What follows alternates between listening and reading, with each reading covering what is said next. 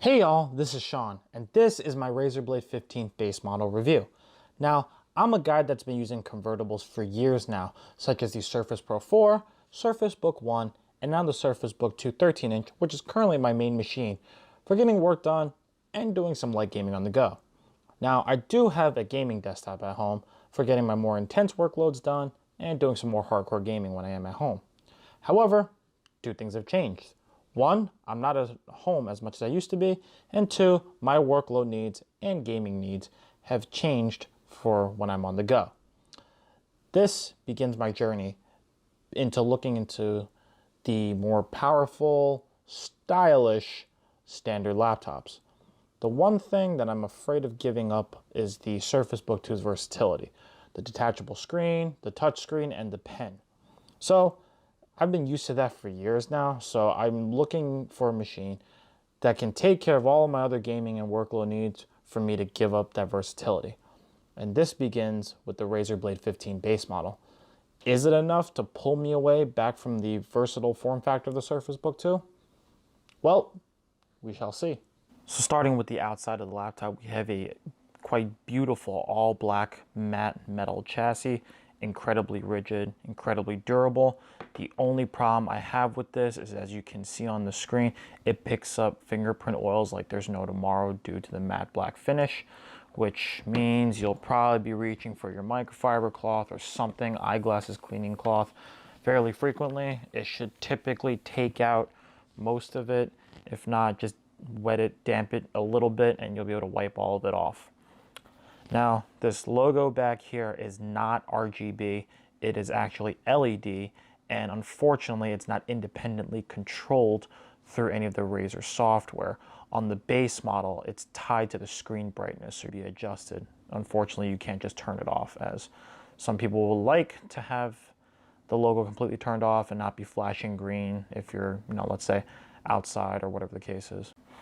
On the left side of the laptop, you have your barrel pin connector, which allows it for charging. Ethernet port, you don't see this on a lot of laptops nowadays. Two USB-A ports, combo, headphone, and microphone audio jack. And on the right side, you have a Kensington lock slot if you want to lock this down. This is an expensive machine after all. Mini display port, regular size HDMI, another USB-A port, and a USB Type-C Thunderbolt 3 port. And now moving on to the inside, for those of you who really care about this, it does indeed pass the one-hand opening test, and as you can see, loads up pretty quickly.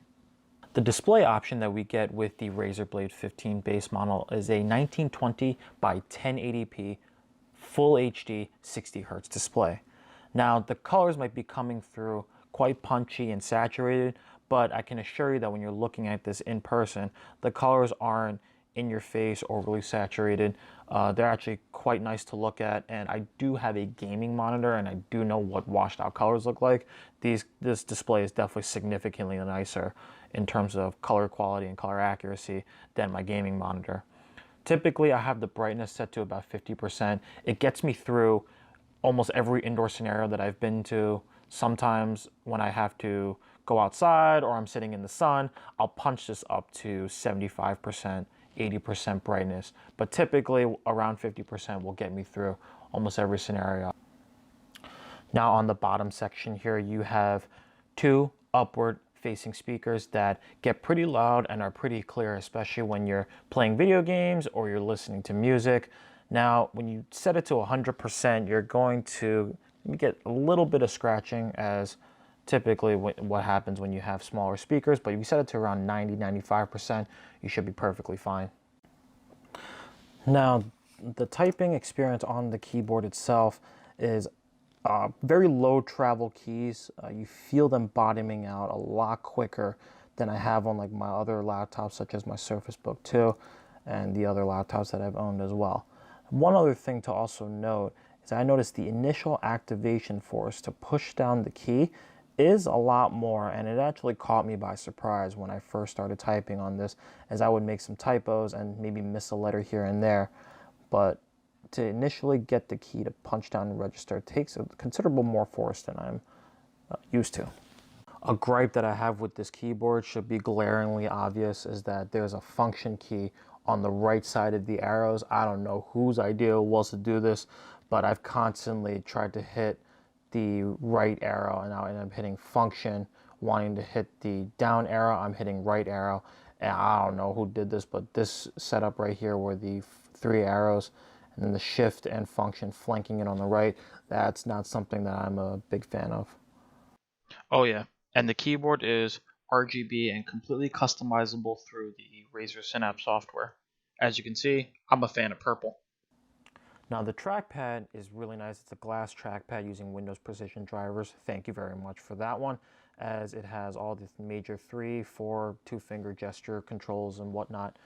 Now the only thing that I have a gripe with the trackpad, with it being so huge, is as someone who types, I use my right thumb to try to tap the right button when I need to on the screen, and it just took a little bit more of getting used to kind of reaching my thumb a little bit further back just to get that right click.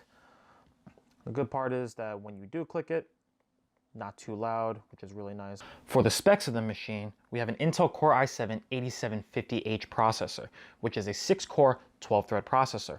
Not to be confused with the Intel Core i7U series of processors, which has a 4-core, 8-thread and is 15 watts.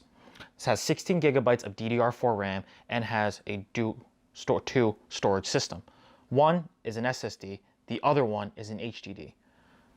The SSD in here I have is a 128 gigabyte Light-On branded SSD. It's actually kind of small. And then a 1 terabyte, unfortunately, 5400 RPM hard drive. More on that later.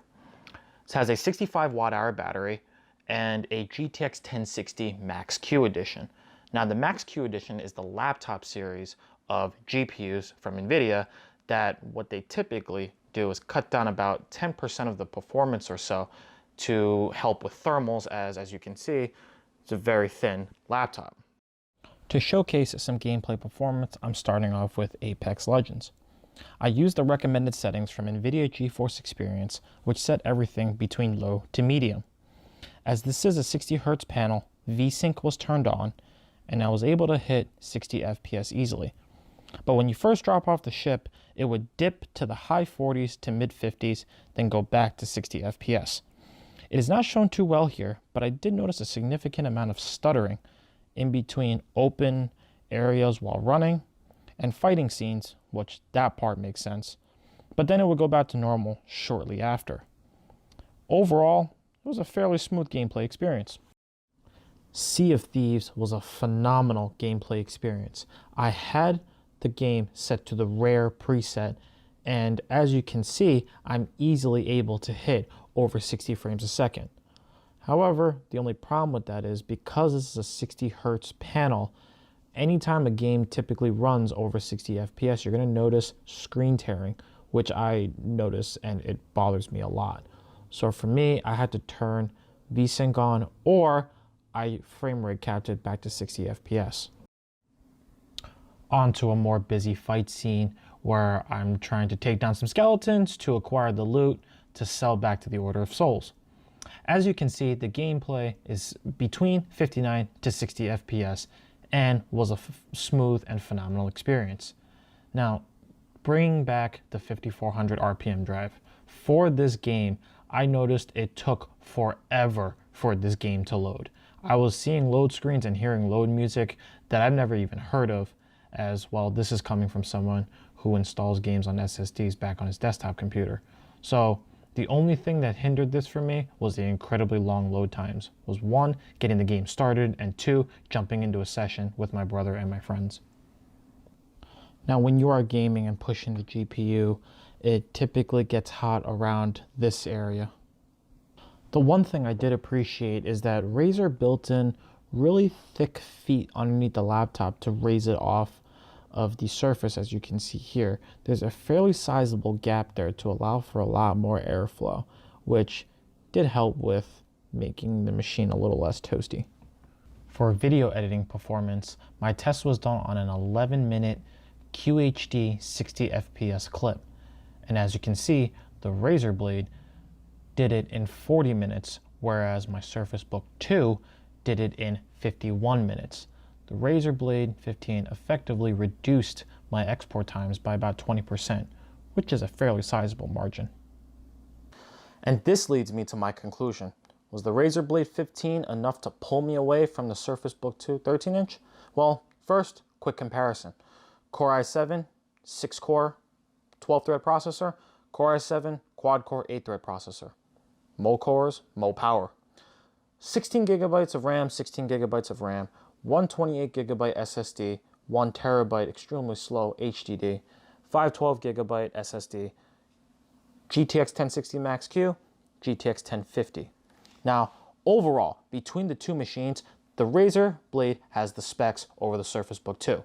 Video editing performance was better on this, gaming performance was better on this, and just overall, the two main things I'm going to be doing was better on the Razer Blade. However, for me, it looks like I'm going to be keeping the Surface Book 2 rather than the Blade. Two reasons. The first reason is, when I was gaming, I don't know if it was noticeable on the video, one, load times to get into games was ridiculously slow. Now, that might just be me yearning for more, as I do have a gaming desktop at home, and I do want my games to pretty much load like that. So that's more of a personal preference, at least on my end. But then also, in between, when I was playing games, I would notice some stuttering, whether it was in, actually it was in all the games. I would notice stuttering when I was moving around, and that was new to me. I didn't really see that anywhere else when I was on any other system that I've used. There's no way it was the Wi-Fi or the LAN for me, because all my other machines was working perfectly fine, internet was working fine. I think it's because of the storage. So I'm gonna say, well, Sean, why didn't you just put it on the SSD? The SSD in this machine is ridiculously small. After the 128 gigabytes, after formatting and Windows, I think you maybe have less than 90 gigabytes left on this. So with one game, maybe some programs, I was barely able to store anything on that SSD. So I had to resort to the really slow hard drive in this. I don't know why 5400 RPM hard drives are still being used. I guess it's for cost, maybe. But to me, drive is slow, and that's what I think caused maybe some of the stutters, and I know it caused the extremely long load times when getting into games. The second reason why I'm deciding to keep my Surface Book over the Blade is because of the price that I paid. Okay, again, your mileage may vary, but for me, the Surface Book 2 I paid $1,500 for. The Razer Blade I paid $1,600 for. Now, based off of that $100 cost difference, I expect the performance of the Blade to be a lot better than the Surface Book 2. But for that price difference, I would gladly take the touchscreen and the pen over the standard laptop form factor in this case. My guess is, had the storage been completely swapped out, I probably would have maybe stuck with the Blade. But that was the one thing that was really hindering it for me. As one, I don't like long load times. Two, I had to store a lot of the video editing files on there as well, so it did stutter some of the video editing on it. And the price just didn't justify it for me. Now, if we're going MSRP, the Surface Book 2, this one is over $2,000. My configuration costs over $2,000. I believe actually it's $2,500, $2,500, $2,600. Brand new. Blade, $1,600 brand new. I will gladly take the Blade over this, because for a $900 delta, I wouldn't pay an additional $900 if I was mainly looking for video and gaming performance over the Razer Blade. Unfortunately, that wasn't the case, and that's not how it worked out for me. But does this make the Blade a bad system? No, it doesn't. I like it for the price, and I would gladly recommend it to those that are looking for a thin and light gaming laptop to do video editing on the go. It's a nice, sleek machine aside from the fingerprints, and it plays games very well. It's light, it's portable. Why wouldn't you want something like that? But, at least for me, wasn't enough price-wise for what I paid again to pull me away from the Surface Book 2. So it looks like the search continues. But I do have another system coming in, so we'll see if that one is enough to pull me away from the Surface Book 2. So we shall see on that end. And that's a wrap for this video. Please, if you enjoyed this video, leave a like, hit subscribe so I'm able to bring you more videos. Now, I am new to this, and I am learning this as I go along. So please leave a comment in the comment section below for constructive criticism. I'm completely open to this. I do want to get better, and more things that people want to see and the more things that I can improve on, please let me know. So I'm gonna leave you with this. With your tech, with anything else that you do, have fun.